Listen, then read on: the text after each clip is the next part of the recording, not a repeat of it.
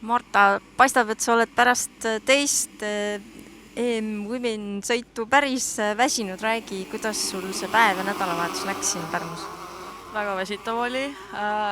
Kvalifikatsioon oli enam-vähem minu kohta ja stardid, teine start oli parem kui esimene, et esimeses oli neil viimane, aga juhtub. Esimene sõit kihutasin siis selle Patriciaga koos, aga lõpus ikka füüsis andis tunda, et peab harjutama. Ja teine sõit sain üksinda kulgeda ja proovisin lihtsalt aega parandada. Mis su tulemus siis jäi tänaseks päevaks? 125 arvestuse 4. ja üldkokkuvõttes kõigi naistega 9. siis teine sõit.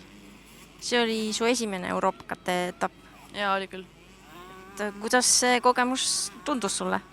No äge oli, et äge oli vaadata, kuidas hästi palju naisi oli veel siin ja et võiks veel rohkem tulla. Mida selleks tead, neid kiiremaid kätte saada? Jooksmas võib-olla käia ja trennis rohkem pingutada. See rada on nüüd täitsa ümber tehtud. Kas sa sõitsid siin esimest korda ja kuidas see tundus?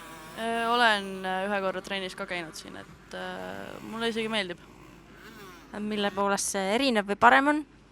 No sirged on rohkem ja kiirem on kindlasti rada. Aga suur aitäh sulle ja laseme sind puhkama ja koduteele. Aitäh!